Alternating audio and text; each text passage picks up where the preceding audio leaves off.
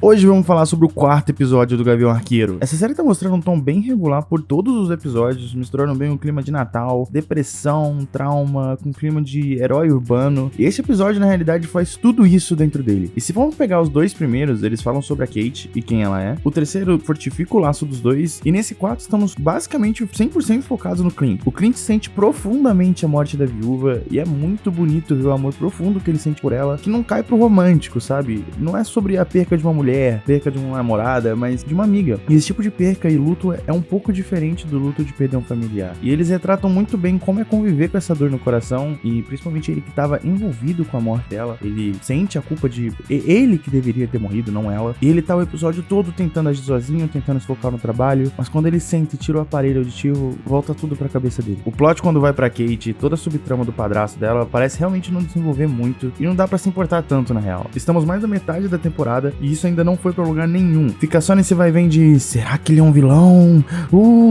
E não chega em canto algum. Na real, parece que esse plot tá aqui só pra tentar gerar teoria e engajamento, mas os roteiristas não querem contar essa história. Tá aqui por obrigação. Antes da gente continuar, deixa aquele sub aqui embaixo pra gente. Falta menos de 10 pessoas pra gente chegar aos 100. Bora voltar pro vídeo então. Mas ainda assim é legal de ver que eles estavam com um Vingador na sala, um verdadeiro herói, uma celebridade. Pra eles foi tipo, porra, maneiro, mano. Maneiro. Se fosse pra qualquer pobre mortal, seria tipo... Sabe o que é isso daí?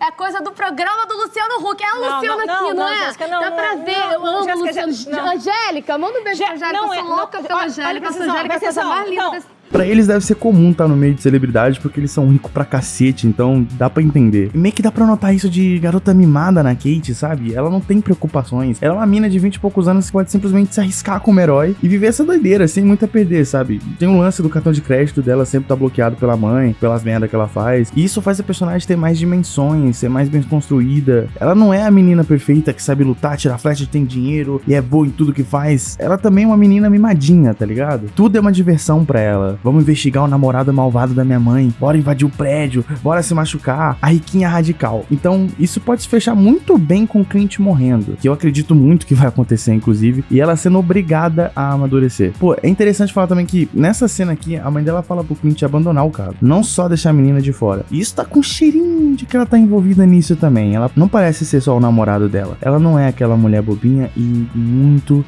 provavelmente ela também tá envolvida. Vale lembrar também que ela ligou pra alguém depois que o Clint foi embora. Então, pra quem que ela tava ligando? O Grills voltando, a galera do RPG, isso foi muito legal. Eu tava esperando isso desde o segundo episódio, porque eu adorei o personagem, e eu adorei eles aqui também. E aqui em São Paulo, eu moro em São Paulo, tem uma rapaziada no Ibirapuera que fica fazendo live roleplay, e eu sempre rio sobre como é fiel a representação da série. É idêntico. A galera é toda parecida com esses caras. A gente teve a primeira aparição da Helena depois do filme da Viúva, e pra quem conseguiu evitar aquela merda de filme, provavelmente não entendeu, foi porra nenhuma da cena que aconteceu no terraço. E essa garota aqui é a irmã da Natasha, que foi uma viúva negra também, e agora tá trabalhando pra essa mesma mulher que apareceu nessa cena aqui. Ela é a Condessa Valentina. O que não tá muito claro é se essa série tá passando durante ou depois daquela cena das duas no cemitério. E o que eu acho que vende esse episódio pra mim como o melhor até agora é toda a sequência da Kate indo na casa do Clint, levando o filme, casaco, se divertindo com ele, formando uma amizade muito legal com o ídolo dela. Mas isso não é sobre ela, é sobre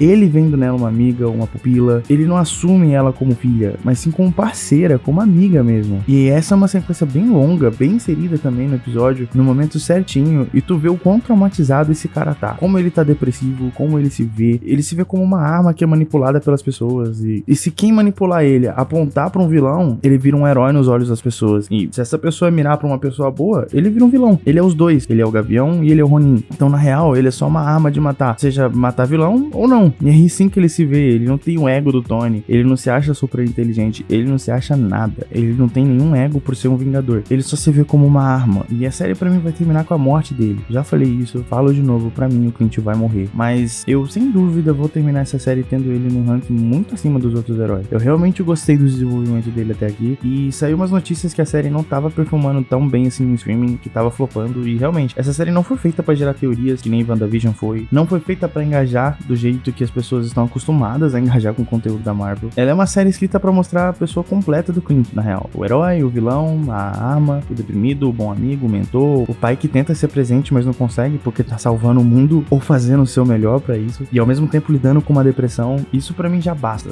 Eu gosto da série e com esse episódio entrou pro meu coração.